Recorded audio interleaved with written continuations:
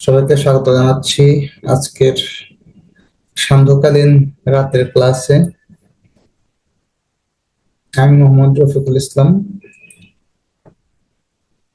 আজকে আমরা যে যে বিষয়ে শেয়ার করব, জানবো, তার মধ্যে আছে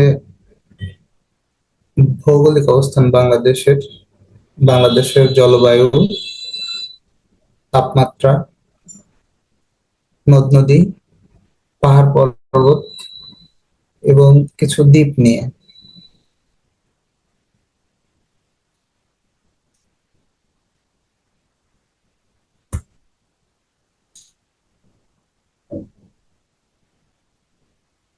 তাহলে বাংলাদেশে অবস্থান কি, এটা তো আমরা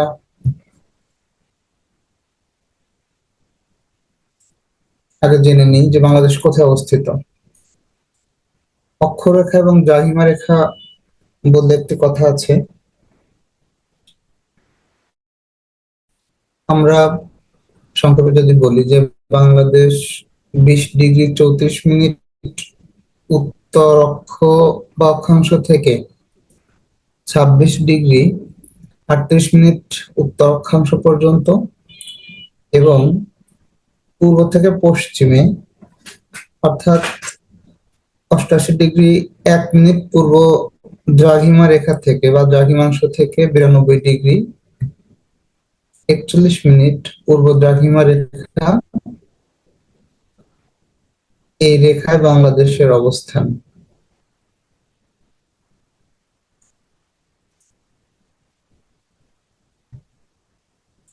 এই রেখায় বাংলাদেশের অবস্থান। এখন আমাদের কি অক্ষরেখা এবং দ্রাঘিমা রেখা সম্পর্কে ধারণা আছে? এটি আসলে জানতে হবে। জি স্যার। ওকে, তাহলে আমরা এই বিষয়ে কথা না বলি। তাহলে আমাদের বাংলাদেশের অবস্থান হচ্ছে 20°34' উত্তর অক্ষাংশ থেকে 26°38' উত্তর অক্ষাংশ পর্যন্ত এবং 88°1' পূর্ব দ্রাঘিমা রেখা থেকে 92°41' পূর্ব দ্রাঘিমা রেখা বা দ্রাঘিমাংশ পর্যন্ত।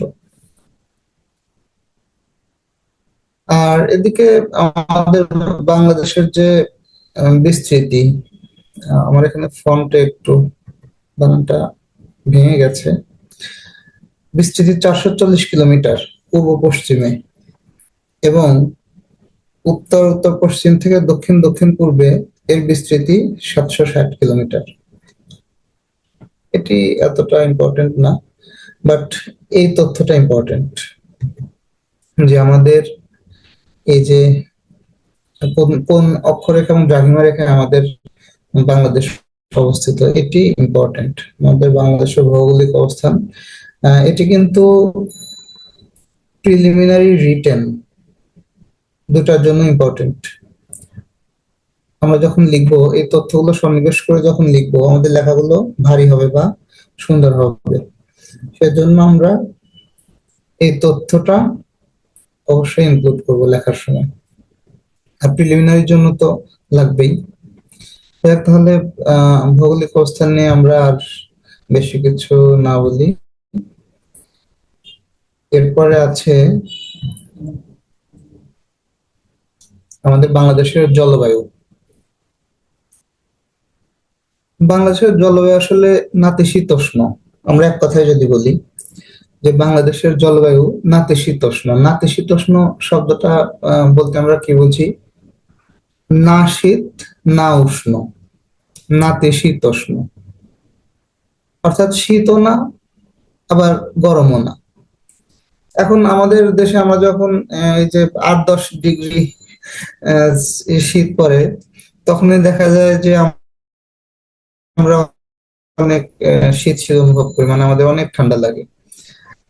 আবার আমাদের যখন গ্রীষ্মকাল আসে তখন তাপমাত্রা প্রায় 28-30 ডিগ্রি আশেপাশে থাকে, মাঝে মধ্যে আর একটু বেড়ে যায়, আর একটু কম থাকে।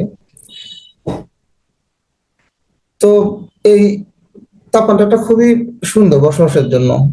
আমরা যদি অন্যান্য দেশের দিকে তাকাই, যেমন আমরা আমাদের পার্শ্ববর্তী দেশ ইন্ডিয়া, ইন্ডিয়ার দিকে তাকালে কি যে তাদের দেশের আহ, জলবায়ু কিন্তু আসলে খুব বৈরিভাবাপন্ন। যেমন দিল্লির অবস্থা তো খুবই খারাপ।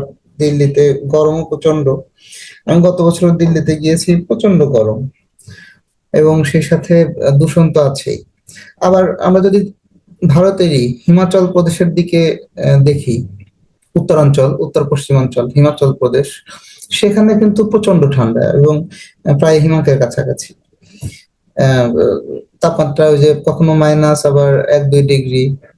যদি আমরা কাশ্মীরের কথা চিন্তা করি, সেই দিকে সিমলা, মানালি, সেখানেও অনেক ঠান্ডা। অথচ সেই তুলনায় বাংলাদেশের আবহাওয়া কিন্তু অনেক ভালো, বসবাসের জন্য ভালো। এখন আমরা তো আমাদের পার্শ্ববর্তী দেশের কথা বললাম। আমরা যদি পশ্চিম বিশ্বের দিকে তাকাই, তাহলে আমরা কি দেখি? রাশিয়ার অনেক অঞ্চলে মানুষ বসবাসই করতে পারে না, এত ঠান্ডা। আবার আমেরিকার দিকে তাকাই যদি, আমেরিকার কিছু অঞ্চলে প্রচন্ড গরম, আবার কিছু অঞ্চলে একই সাথে বরফ পড়ছে। আমরা যদি চীনের দিকে তাকাই, ঠিক একই অবস্থা। চীনেও তুষারপাত হয়, সেখানে মানুষের চলাচল কঠিন অনেক। কানাডা, তো এইসব দেশগুলো যে আবহাওয়া, আমরা আসলে উন্নত আবহাওয়াটা কিন্তু বসবাসের জন্য খুবই সুন্দর উপযোগী। যাই হোক, তো আমাদের এখানে এই যে বিষয়গুলো আছে, যে আমাদের গড় তাপমাত্রা, বার্ষিক তাপমাত্রা 26 ডিগ্রি ডিগ্রি সেন্টিগ্রেড। আহ এই গ্রীষ্মকাল বর্ষাকাল ভেদে কিছু পার্থক্য তারতম্য হয়। এরপরে আমাদের যে বিষয়গুলো ইম্পর্টেন্ট, মেইনলি প্রশ্নে আসে, সেগুলো হচ্ছে যে এই যে এই জলবায়ু, তাপমাত্রা, এগুলো নির্ধারণ করে কে, বা এই জাতীয় এগুলো নিয়ে কি প্রতিষ্ঠান প্রতিষ্ঠান আমাদের দেশে আছে? সেটা হচ্ছে স্পারসো। আমরা কি জানি স্পারসো অর্থ কি? স্পারসো এর ফুল মিনিং হচ্ছে space research and remote sensing organisation. আর একটি প্রশ্ন আসে, এই স্পারসো কোথায় অবস্থিত, অথবা স্পারসো কত সালে প্রতিষ্ঠিত হয়? স্পারসো 1980 সালে প্রতিষ্ঠিত হয়। আর স্পারসো অবস্থিত ঢাকার আগারগাঁওয়ে। আরেকটি প্রশ্ন আসে, যে স্পারসো কোন মন্ত্রণালয়ের অধীনে? এটি প্রতিরক্ষা মন্ত্রণালয়ের অধীনে। তাহলে আমাদের এখানে ইম্পর্টেন্ট প্রশ্ন কিন্তু আছে। স্পারসো কত সালে প্রতিষ্ঠিত হয়, এটি একটি ইম্পর্টেন্ট প্রশ্ন, 1980 সালে। আবার স্পারসো কোথায় অবস্থিত, কোন মন্ত্রণালয়ের অধীনে, বিভিন্ন ভাবে প্রশ্ন আসতে পারে। তো আমরা এটা জানলে ইনশাল্লাহ অ্যান্সার দিতে পারবো। তারপরে আরো কিছু ইম্পর্টেন্ট প্রশ্ন আছে, যেমন বাংলাদেশের সবচেয়ে উষ্ণতম স্থান কোনটি? নাটোরের লালপুর। আবার শীতলতম স্থান সিলেটের শ্রীমঙ্গল। প্রশ্ন দুটি ইম্পর্টেন্ট। আর তাছাড়া এই যে উষ্ণতম জেলা এবং শীতলতম জেলা এতটা ইম্পর্টেন্ট না, বাট এই দুটা প্রশ্ন খুব ইম্পর্টেন্ট। এবং আরো একটি প্রশ্ন মাঝে মধ্যে আসে, যে বাংলাদেশের বার্ষিক গড় বৃষ্টিপাত কত? মাঝে মধ্যে এই প্রশ্নগুলো আসে। 203 সেন্টিমিটার। তাহলে বাংলাদেশের বার্ষিক গড় বৃষ্টিপাত 203 সেন্টিমিটার। বাংলাদেশের সর্বোচ্চ বৃষ্টিপাতের স্থান সিলেটের লালখাল লালখান। এবং সর্বনিম্ন বৃষ্টিপাত হয় কোথায়? নাটোরের লালপুরে। এবং নাটোরের লালপুর, এই জন্যই নাটোরের লালপুরটা উষ্ণতম স্থান, কারণ বৃষ্টিপাত কম হয়। তাহলে এখানে আমাদের ইম্পর্টেন্ট প্রশ্নগুলো মোটামুটি এটাই। আর বাংলাদেশের জলবায়ুর বৈশিষ্ট্যটা একটু যদি আমরা দেখি, যে বাংলাদেশের মধ্যভাগ দিয়ে কর্কট ক্রান্তি রেখা অতিক্রম করেছে, এবং এই কর্কট ক্রান্তি রেখা অতিক্রম করার ফলে এখানে মৌসুমী বায়ুর প্রভাব অত্যাধিক। এই যে আমাদের বঙ্গোপসাগর, আমাদের পাশেই দক্ষিণে বঙ্গোপসাগর। তো বঙ্গোপসাগরের মাঝে মধ্যেই নিম্নচাপ সৃষ্টি হয়, এবং এখানে মৌসুমী বায়ুর আধিক্য থাকায় বাংলাদেশে এই যে বৃষ্টিপাতও বেশি হয়।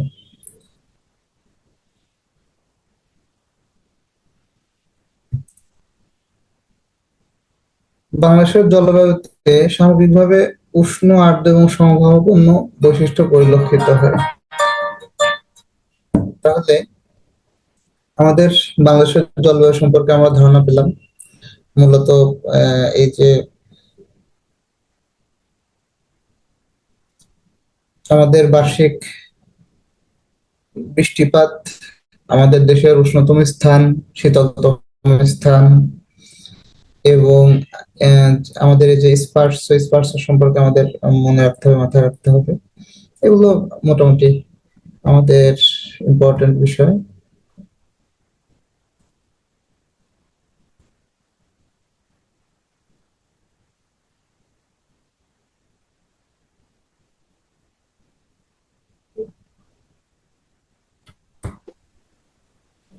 আমরা নেক্সট দেখি আমাদের বাংলাদেশের পাহাড় পর্বত সম্পর্কে আমরা একটু ধারণা নিই। এখান থেকেও অনেক প্রশ্ন আসে।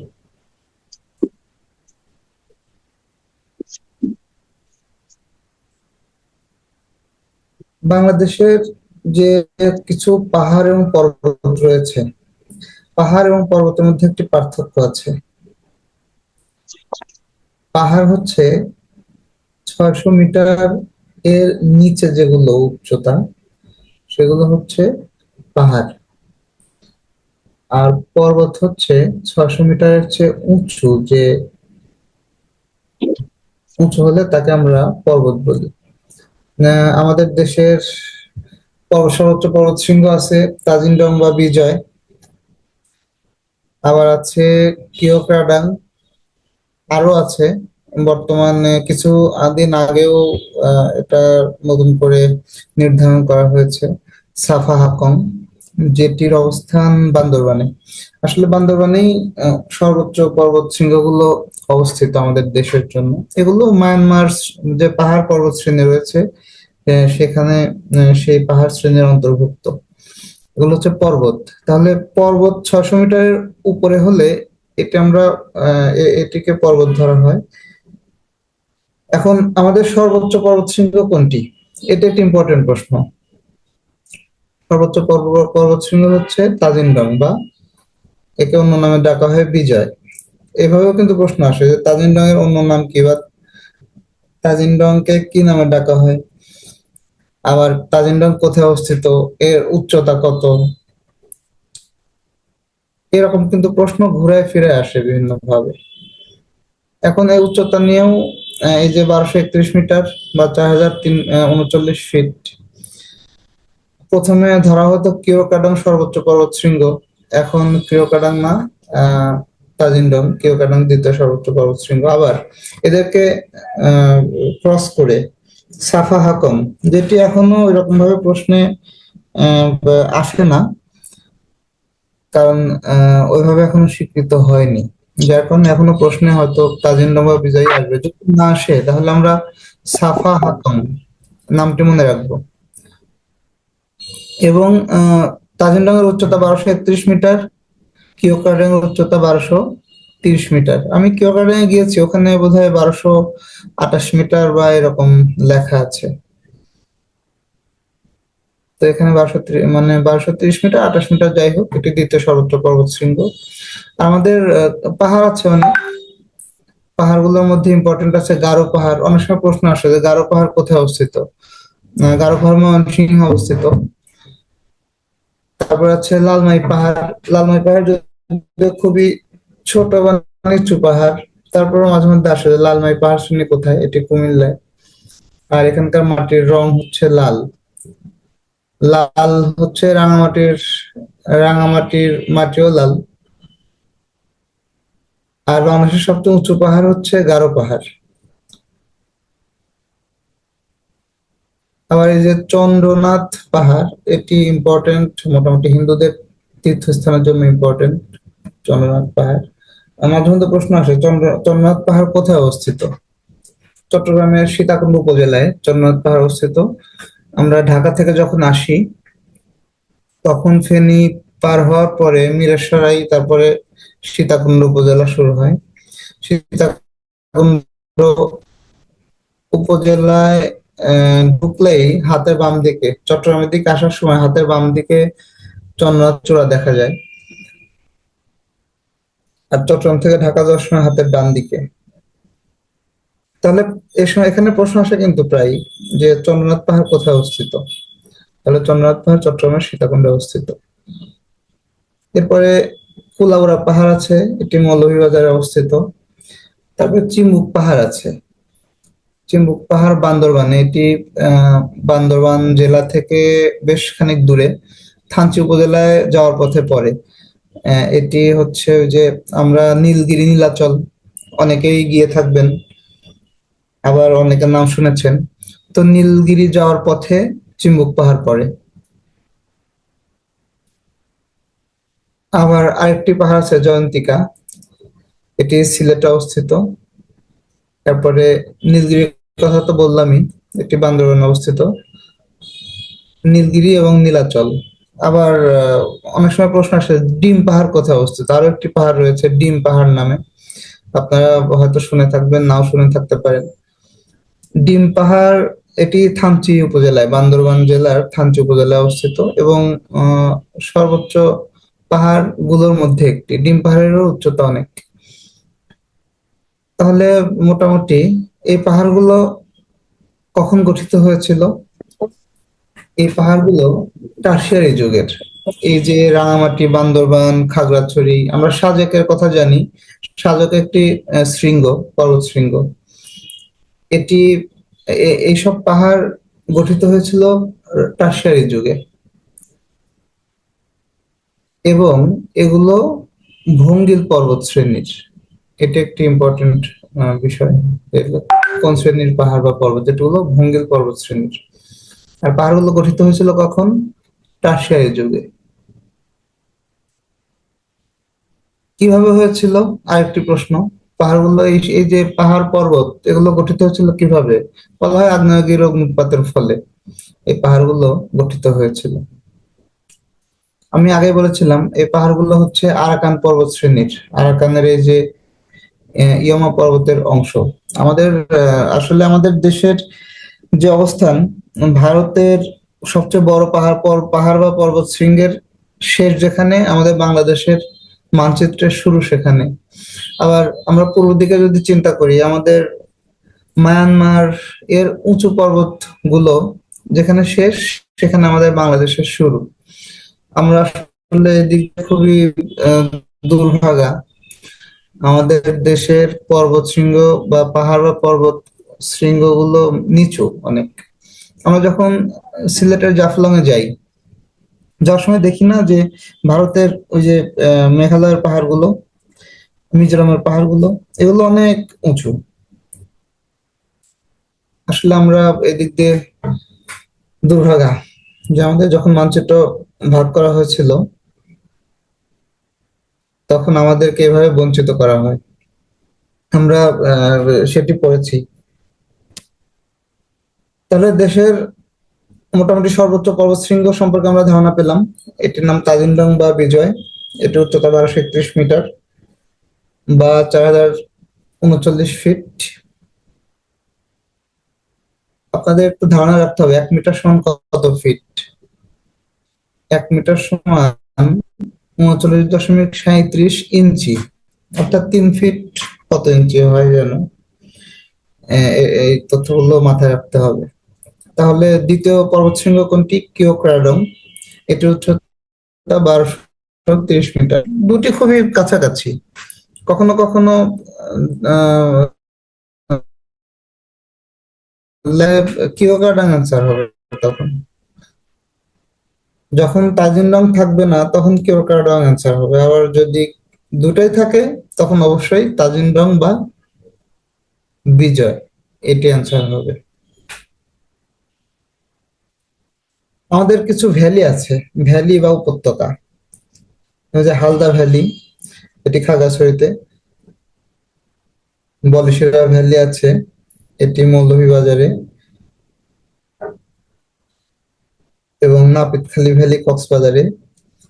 আর সাঙ্গু তো একটি নদী, সাঙ্গু উপত্যকাও আছে, এটি চট্টগ্রামে। ইম্পর্টেন্ট হচ্ছে হালদা, এবং হালদা নদীর নাম তো অবশ্যই শুনেছেন। নদীর মধ্যে হালদা নদী একটি ইম্পর্টেন্ট নদী, স্যার এবং হালদা নদীতে স্যার ভ্যালি কি? ভ্যালি হচ্ছে উপত্যকা। উপত্যকা বোঝেন? না স্যার, বোঝান।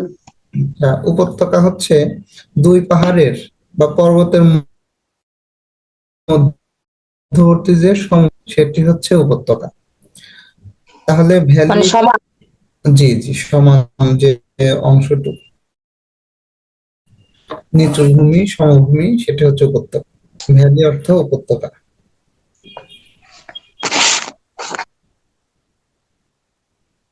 তাহলে মোটামুটি আমরা এখানে ইম্পর্টেন্ট প্রশ্নগুলো পেয়ে গেলাম।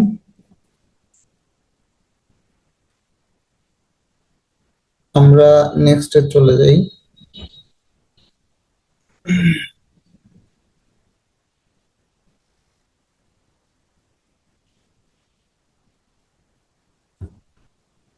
আমাদের কিছু দ্বীপ আছে।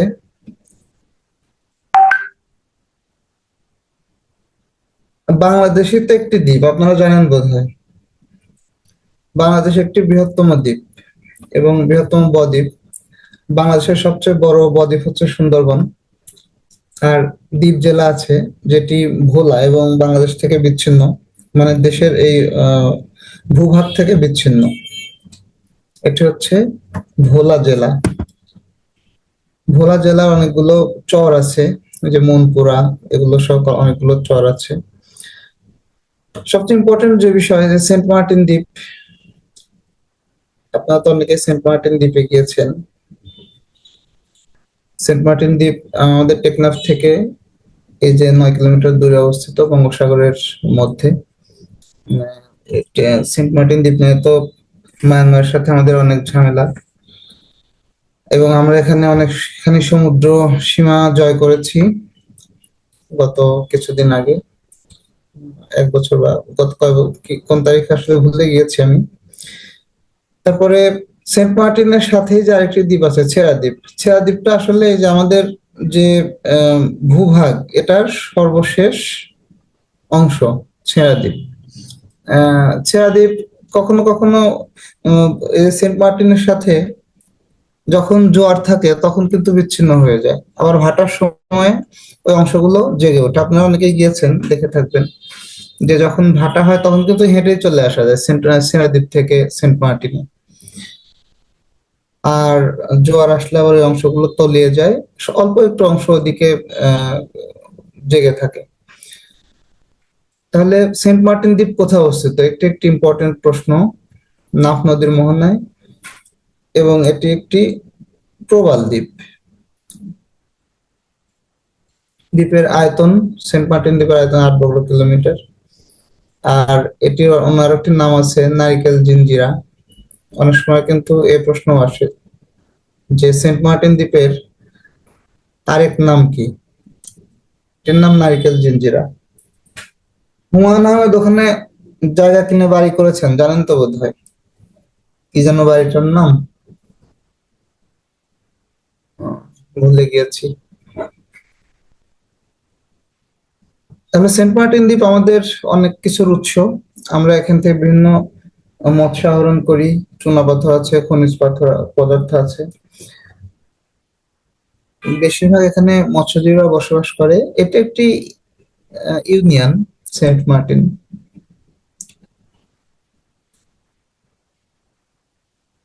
আর ছেড়া দ্বীপ হচ্ছে সেন্ট মার্টিন দ্বীপের একটি অংশ। এরপর আমাদের কুতুবদিয়া আছে কক্সবাজারে। তারপরে আরো একটি দ্বীপ আছে মহেশখালী। মহেশখালীতে যে আদিনাথ মন্দির, এটি একটি, অনেক সময় প্রশ্ন আসে আদিনাথ মন্দির কোথায় অবস্থিত। এটি মহেশখালীতে, মহেশখালী কক্সবাজারে। আর সোনাদিয়া দ্বীপও মৎস্য আহরণের জন্য খুব ইম্পর্টেন্ট। সন্দ্বীপ, অনেক সময় প্রশ্ন আসে সন্দ্বীপ কোন জেলায় অবস্থিত? চট্টগ্রাম নোয়াখালী এটা নিয়ে কিন্তু একটু কনফিউশন কাজ করে। হাতিয়া, হাতিয়া নোয়াখালী এটা নিয়েও কনফিউশন কাজ করে। তো সন্দ্বীপ চট্টগ্রামে অবস্থিত, হাতিয়া নোয়াখালীতে। এখন নিঝুম দ্বীপ আমাদের বঙ্গোপসাগরের মধ্যে মেঘনা নদীর মোহনায় অবস্থিত নিঝুম দ্বীপ। এরপরে আছে আমাদের মনপুরা দ্বীপ। মনপুরা সিনেমা সম্পর্কে তো আমরা জানি সবাই কম বেশি। এটি ভোলা জেলায় অবস্থিত। এরপরে আরো একটি ইম্পর্টেন্ট প্রশ্ন, অবশ্য অনেকদিন এই প্রশ্ন আসে না, যে দক্ষিণ তালপট্রি দ্বীপ এটি কিন্তু এক সময়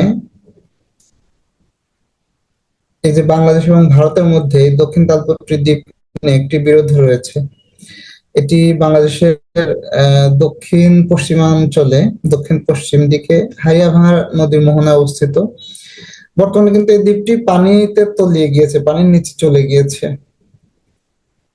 এটি কিন্তু আমরা যখন 2006-এর দিকেও এই দ্বীপটি মানে পানির উপরে ছিল, কিন্তু আস্তে আস্তে এই যে এখন দ্বীপ নিচু হয়ে গিয়েছে নাকি পানির উচ্চতা বেড়েছে, পানির তলে কিন্তু বর্তমানে তলিয়ে গিয়েছে এই দ্বীপটি। দক্ষিণ তালপট্রি দ্বীপের আয়তন 8 বর্গ কিলোমিটার এবং এটি হারিয়াভাঙা নদীর মোহনায় অবস্থিত। মাঝে মধ্যে এই প্রশ্ন আসে যে দক্ষিণ তালপট্রি দ্বীপ কোথায় অবস্থিত। এই যে হারিয়াভাঙা নদী অথবা সাতক্ষীরা, যে কোনো ভাবে প্রশ্ন আসে। হয় সাতক্ষীরা আসতে পারে যে কোন জেলায় অবস্থিত, অথবা আসতে পারে কোন নদীর মোহনায় অবস্থিত। আর এটির আরো নাম আছে। দক্ষিণ তালপট্রি দ্বীপের অপর নাম পূর্বাশা বা নিউমোর। এটি মনে রাখতে হবে, দক্ষিণ তালপট্রি দ্বীপের অপর নাম কি, পূর্বাশা বা নিউমোর। তাহলে আমরা আসলে এই যে ভারতের সাথে বললাম যে আমাদের একটা দ্বীপ নিয়ে আমাদের একটা বিরোধ ছিল। যাই হোক, তাহলে এখানে আমরা দেখলাম আমাদের বাংলাদেশের যে দ্বীপগুলো রয়েছে এর মধ্যে ছেড়া দ্বীপ, সেন্ট মার্টিন, সোনাদিয়া দ্বীপ, সন্দ্বীপ, তারপরে নিঝুম দ্বীপ। নিঝুম দ্বীপ মেঘনা নদীর মোহনায় অবস্থিত।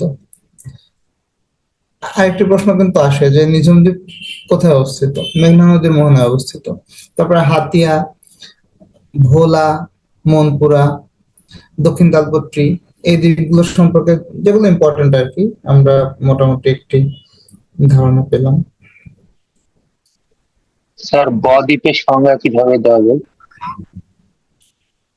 বদ্বীপ আসলে যে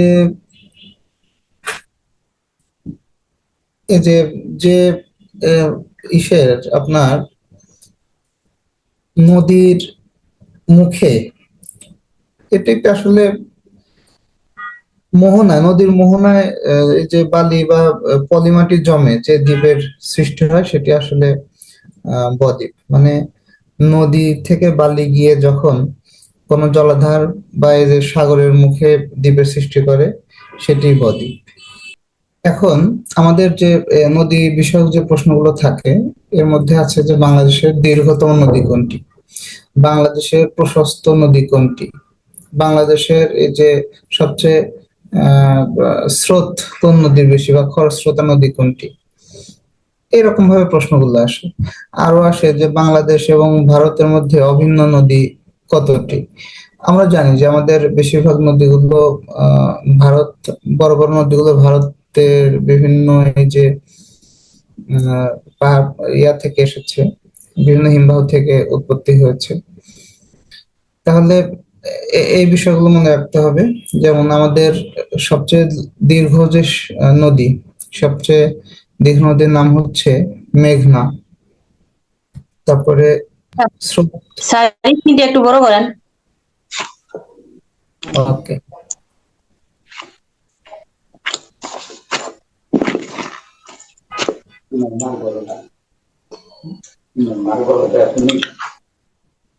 ঠিক আছে। জি স্যার। এরপরে আমাদের সবচেয়ে খরস্রোতা নদী কোনটি, একটি হচ্ছে কর্ণফুলী। কর্ণফুলী নদী কেন খরস্রোতা বলতে পারবেন কেউ?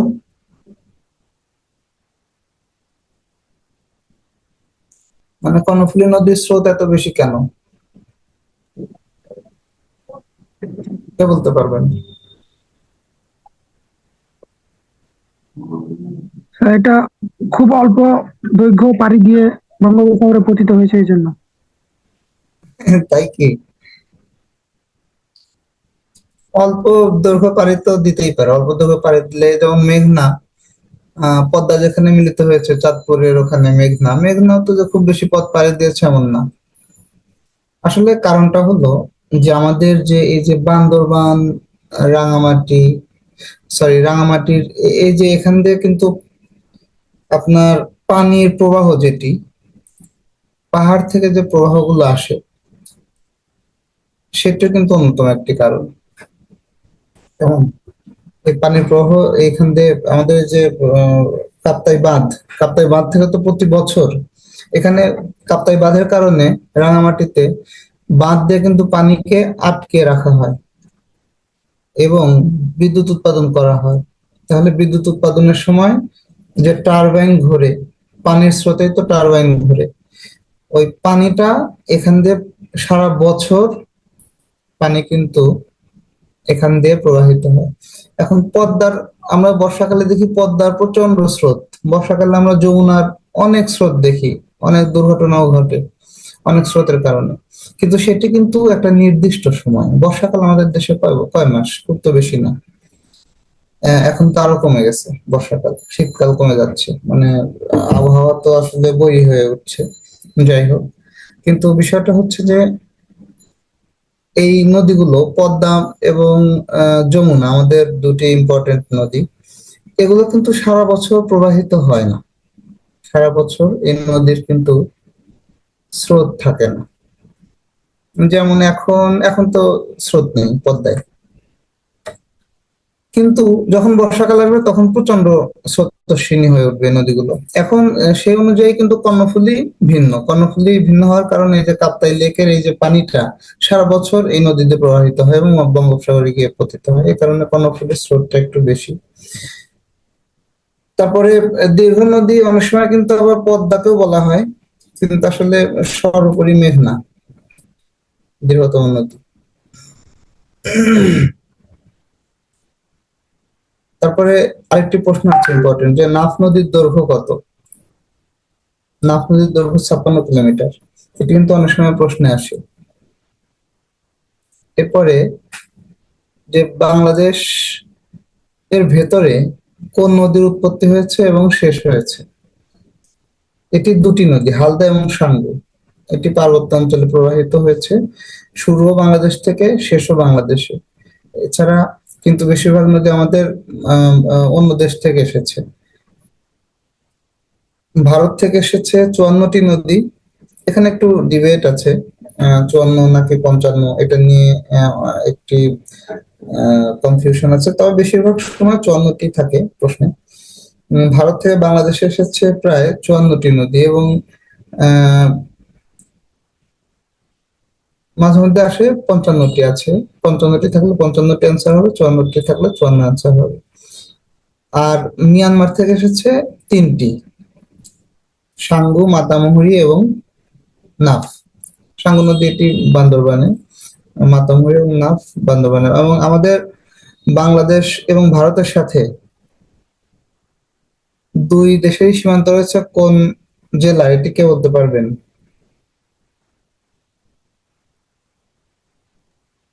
রাঙামাটি স্যার। হ্যাঁ, থ্যাংক ইউ।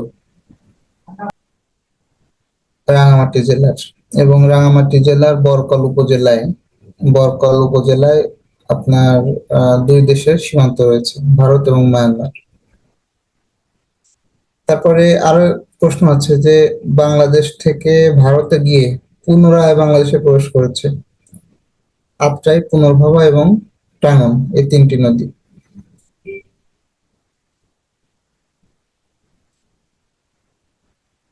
তারপরে আরো কিছু, যে ব্রহ্মপুত্র, ব্রহ্মপুত্র কিন্তু দুই ভাগ হয়ে গেছে, আপনারা জানেন হয়তো। ব্রহ্মপুত্র ময়মনসিংহে ঢুকেছে, আবার এদিকে টাঙ্গাইল হয়ে এদিক দিয়ে চলে এসেছে, এটি মেঘনা, যমুনা। এবং আরেকটি শাখা যেটা ময়মনসিংহের দিকে গিয়েছে, ওটি হচ্ছে ব্রহ্মপুত্র। তারপরে এই ব্যক্তির নামে নদীর নামকরণ হয়েছে, এটাও মাঝে মধ্যে কিন্তু প্রশ্নে আসে। রূপসা, রূপসা নদী কোথায়? খুলনায়। রূপলাল সাহার নাম অনুসারে এই নদীটির নামকরণ করা হয়েছে। আর পদ্মা নদী তো এসেছে ভারত থেকে, চীন, নেপাল, ভারত, বাংলাদেশের মধ্য দিয়ে। আমি একটু আগে বলেছিলাম হালদা নদীর কথা। হালদা নদী কিন্তু খুব ইম্পর্টেন্ট। এটি প্রাকৃতিক মৎস্য প্রজনন হয় এখানে। এখান থেকে জেলেরা এই আহ, এটি আসলে খুব সিকিউরড এরিয়া মৎস্য প্রজননের জন্য। এই কারণে এখানে মৎস্য এই যে মাছের পোনা বা রেণুপোনা আহরণ করে আমাদের মৎস্যজীবীরা। এটি তাদের আয়ের বা জীবিকার একটি অন্যতম উৎস। সে কারণে হালদা নদী আমাদের দেশের অর্থনীতির জন্য ইম্পর্টেন্ট, আমাদের প্রিলিমিনারির জন্য ইম্পর্টেন্ট। এই যে বাণিজ্যিকভাবে মৎস্য পোনার সংগ্রহ করা হয় হালদা নদী থেকে। আরেকটি প্রশ্ন আছে, বাংলাদেশের নদী গবেষণা ইনস্টিটিউট কোথায় অবস্থিত? এটি ফরিদপুরে। আর কি কি প্রশ্ন আছে ইম্পর্টেন্ট? এই তো মূলত আমরা নদী বিষয়ক ইম্পর্টেন্ট প্রশ্নগুলো করে ফেলেছি। তাহলে বাংলাদেশের মোট অভিন্ন নদী, এটা একটা ইম্পর্টেন্ট প্রশ্ন। মাঝে মধ্যে কিন্তু এই প্রশ্নটা আসে যে বাংলাদেশের মোট অভিন্ন নদী কোনটি। এখন অভিন্ন নদী আর এই 58 আর 54 মধ্যে যেন আমরা কনফিউশন না থাকে আমাদের। মোট অভিন্ন নদী দুই দেশের সাথে, ভারত এবং মায়ানমার, এই যে 58টি বা 57টি। আর বাংলাদেশ থেকে, মায়ানমার থেকে বাংলাদেশে এসেছে 3টি, ভারত থেকে এসেছে 54 বা 55টি। এই 57 এবং 58 এর পার্থক্যটা আশা করি বুঝতে পারবেন সবাই। একটু ছোট করে।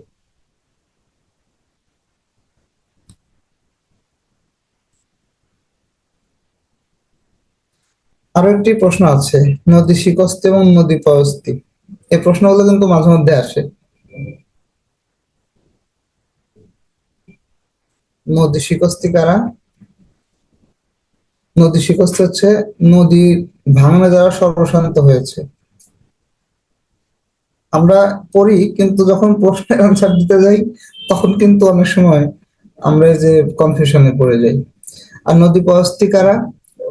যারা নদীতে নতুন চর জাগলে বসবাস বা চাষাবাদ করতে যায়, তারা হচ্ছে নদী পয়স্তি। তাহলে নদী শিকস্তি এবং নদী পয়স্তি, নদী শিকস্তি কারা? যারা নদী ভাঙনে সর্বশান্ত হয়েছে তারা নদী শিকস্তি, এবং নদীতে চর জাগলে যারা চাষাবাদ করতে যায় তারা নদী পয়স্তি। এটা একটা ইম্পর্টেন্ট প্রশ্ন কিন্তু। তাহলে মূলত নদ নদী থেকে ইম্পর্টেন্ট যেগুলো, এগুলো আমরা দেখে ফেলেছি, আর তেমন ইম্পর্টেন্ট কিছু নেই, এগুলো মাথায় রাখলে চলবে।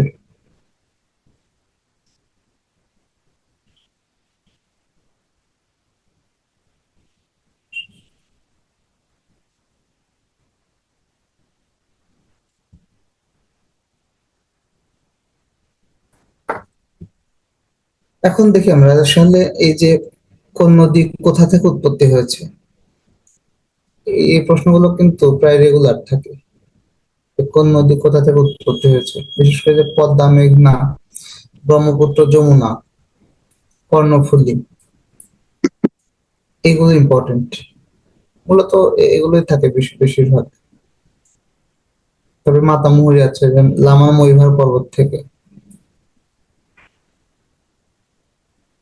এখন পদ্মা নদী উৎপত্তি হয়েছে হিমালয় পর্বতের গাঙ্গোত্রী হিমবাহ থেকে।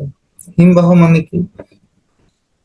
হিমবাহ অর্থাৎ বরফ যেখান থেকে, বরফ গলে যে স্রোতধারা হয় সেটি হিমবাহ। তাহলে হিমালয় পর্বত শ্রেণী গাঙ্গোত্রী হিমবাহ থেকে পদ্মা নদীর উৎপত্তি। পদ্মা নদী এসেছে কোন পাশ দিয়ে? আমাদের দেশের পশ্চিমাঞ্চল দিয়ে, চাঁপাইনবাবগঞ্জ, রাজশাহী দিয়ে আমাদের বাংলাদেশে ঢুকেছে। আর মেঘনা নদীর উৎপত্তি হচ্ছে এই যে আসামের লুসাই পাহাড় থেকে। আমরা শুরু করবো আসামের লুসাই পাহাড় থেকে। ব্রহ্মপুত্র কোথা থেকে এসেছে? তিব্বতের এই যে হিমালয়ের কৈলাস সিংহের মানস সরোবর হ্রদ থেকে। তিব্বত একটি নিষিদ্ধ রাষ্ট্র, আমরা বোধহয় জানি।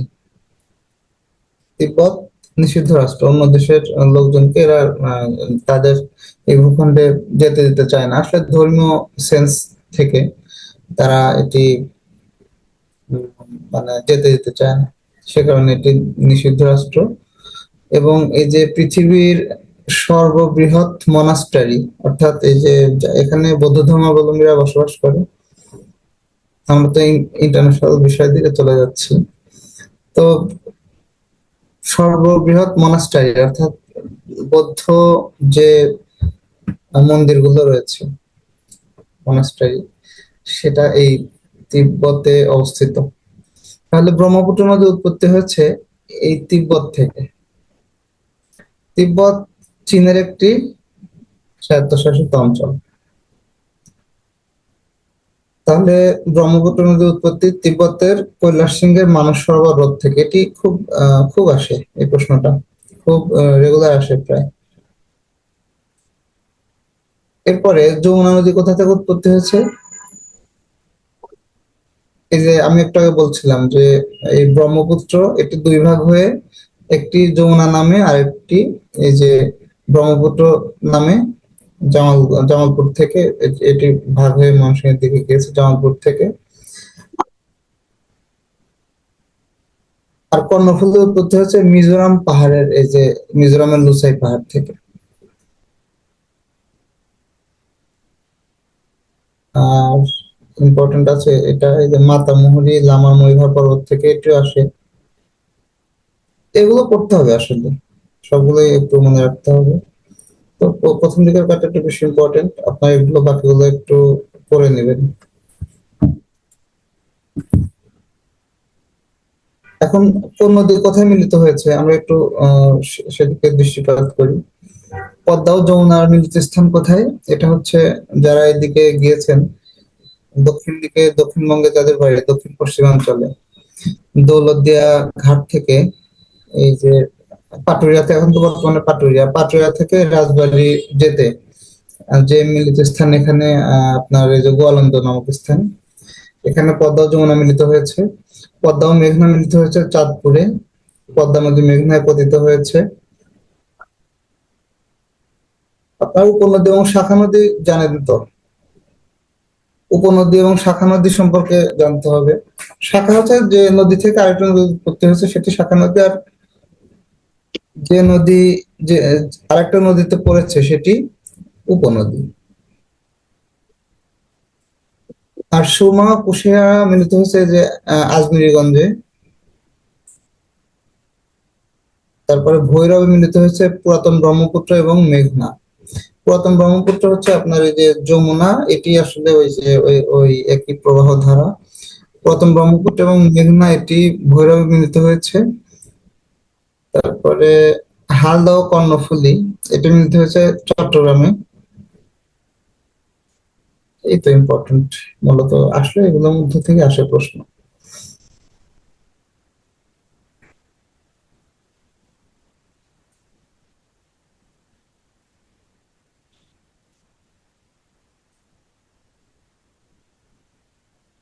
এখন আমাদের একটা প্রশ্ন আছে এখানে, যে ব্রহ্মপুত্রকে কেন নদ বলা হয়? নদীও তো বলতে পারতাম। এখন আমরা দেখি যে এই যে পুরুষবাচক এবং স্ত্রীবাচক শব্দ, এই কারণে এই ব্রহ্মপুত্রকে নদ নদ বলা হয়। যেমন রহিম, রহিমা, আকারান্ত যে শব্দগুলো রয়েছে এগুলো হচ্ছে স্ত্রীবাচক শব্দ, এবং অকারান্ত যে শব্দগুলো রয়েছে সেটি হচ্ছে পুরুষবাচক শব্দ। তাহলে এই যে ব্রহ্মপুত্র এটি অকারান্ত, পুত্র। আবার পদ্মা, পদ্ম যোগ আ, পদ্মা, এটি হচ্ছে আকারান্ত হচ্ছে স্ত্রীবাচক, সে কারণে এগুলো নদী। আর অকারান্ত হলে নদ, সহজ কথা। আকারান্ত হলে নদী, অকারান্ত হলে নদ। এটা হচ্ছে মূল পার্থক্য, এটুকু মনে রাখলেই হবে। নদ, নদ এবং নদী এর পার্থক্য কোথায়? নদ এবং নদী এর পার্থক্য কোথায়? অকারান্ত হলে পুরুষবাচক শব্দ, এটি নদ। আকারান্ত হলে স্ত্রীবাচক শব্দ, এটি নদী।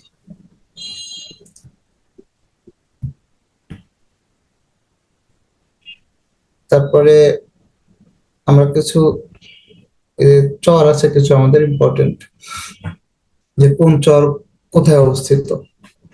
দুবলার চর আছে, ভাষণ চর আছে।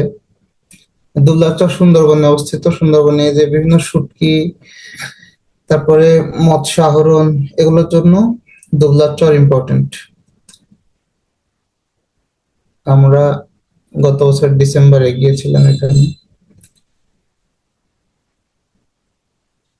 আর ভাষাঞ্চর কোথায়? এটি যে বঙ্গোপসাগরের মেঘনা নদীর এবং বঙ্গোপসাগরের জেগে ওঠা একটি চর হচ্ছে ভাষাঞ্চর, এটি নোয়াখালী জেলায় অবস্থিত। তাহলে ভাষাঞ্চর কোথায়? নোয়াখালী জেলায়। এত বেশি কিছু মূলত সব করতে যাব না আমরা।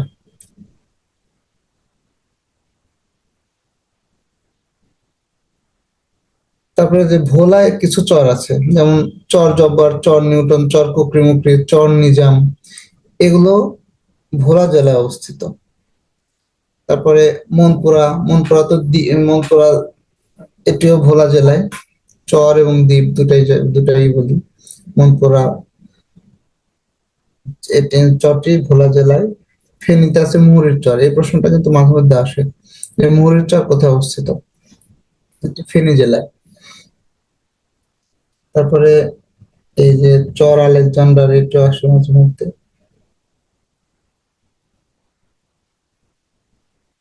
আরেকটি প্রশ্ন আসে যে রামনাবাদ দ্বীপ, এটি কোথায়? এটি হচ্ছে পটুয়াখালীতে। আর কিছু ইম্পর্টেন্ট বিষয় আছে, যে হিরন পয়েন্ট কোথায় অবস্থিত? সুন্দরবনে। তারপর টাইগার পয়েন্ট সুন্দরবনের দক্ষিণে। আর টাইগার পাস কিন্তু এই যে চট্টগ্রামের একটি জায়গার নাম। আপনাদের বাড়ি যাদের চট্টগ্রাম তারা তো জানেনি, আর যাদের বাড়ি চট্টগ্রাম না, তারা আবার এই যে টাইগার পয়েন্টের সাথে মিলাই ফেলেন না। Tiger point, tiger pass. Tiger pass হচ্ছে চট্টগ্রামের একটি জায়গার নাম, চট্টগ্রাম শহরের। আর টাইগার পয়েন্ট হচ্ছে সুন্দরবনে একটি জায়গার নাম, টাইগার পয়েন্ট। তারপর এলিফ্যান্ট পয়েন্ট, এটি কক্সবাজারে।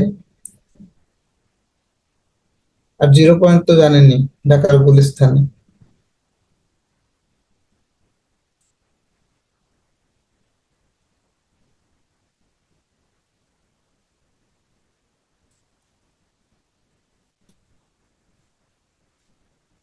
তারপরে এরপর আছে আমাদের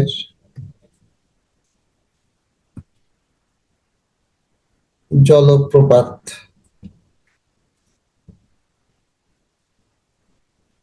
মাঝে মধ্যে প্রশ্ন আসে যে নাফাখুম কোথায় অবস্থিত, তারপরে ভেলাখুম কোথায় অবস্থিত, দেবতাখুম কোথায় অবস্থিত। এই প্রশ্নগুলো হরহামেশাই আসে। আমরা জানি আমাদের বান্দরবান জেলা, টুরিস্ট স্পট গুলো বেশিরভাগ হচ্ছে বান্দরবান জেলাতে। এবং এই যে নাফাখুম, আমিয়াখুম, এটি বাংলাদেশের আহ, খুবই গহীনে, খুবই মানে বিপদসংকুল এরিয়ায় নাফাখুম এবং আমিয়াখুম। এবং যেতে অনেক সময় লাগে। এটি বান্দরবান জেলা থেকে থানচি হয়ে নৌকা যোগে এবং হেঁটে অনেক পাহাড় ট্রেকিং করে যেতে হয়। তো নাফাখুম জলপ্রপাত এটি বান্দরবানে। এখন যদি বলে বান্দরবানের কোথায়, বান্দরবানের থানচি উপজেলায় নাফাখুম। তারপরে আমিয়াখুম, ভেলাখুম, দেবতাখুম। দেবতাখুম হচ্ছে বান্দরবানের রোয়াংছড়ি উপজেলায়। আর একটি আছে মাধবকুণ্ড জলপ্রপাত, এটি মৌলভীবাজারে অবস্থিত, মৌলভীবাজার জেলার বড় লেখায়। আরো একটি প্রশ্ন আসে যে হামহাম জলপ্রপাত কোথায়? এটি হচ্ছে কমলগঞ্জ উপজেলায়, মৌলভীবাজার জেলার কমলগঞ্জ উপজেলায়। আর শৈলপ্রপাত, এটি আসে মাঝে মধ্যে। শৈলপ্রপাত জলপ্রপাত, এটি খুব বেশি একটা বড় না। ওই যে নাফাখুম, আমিয়াখুম, মাধবকুণ্ড এগুলোর তুলনায় শৈলপ্রপাত খুবই সিম্পল। যারা ইসে গিয়েছেন, এই যে নীলাচল, নীলগিরি, নীলাচল, নীলগিরি যেতে শৈলপ্রপাত এই জায়গাটি পড়ে। একটি মোটামুটি খুব বেশি বড় না, তারপর মাঝে মধ্যে প্রশ্ন আসতে পারে এখান থেকে। নাফাখুম, আমিয়াখুম এগুলোর কথা তো বললামই।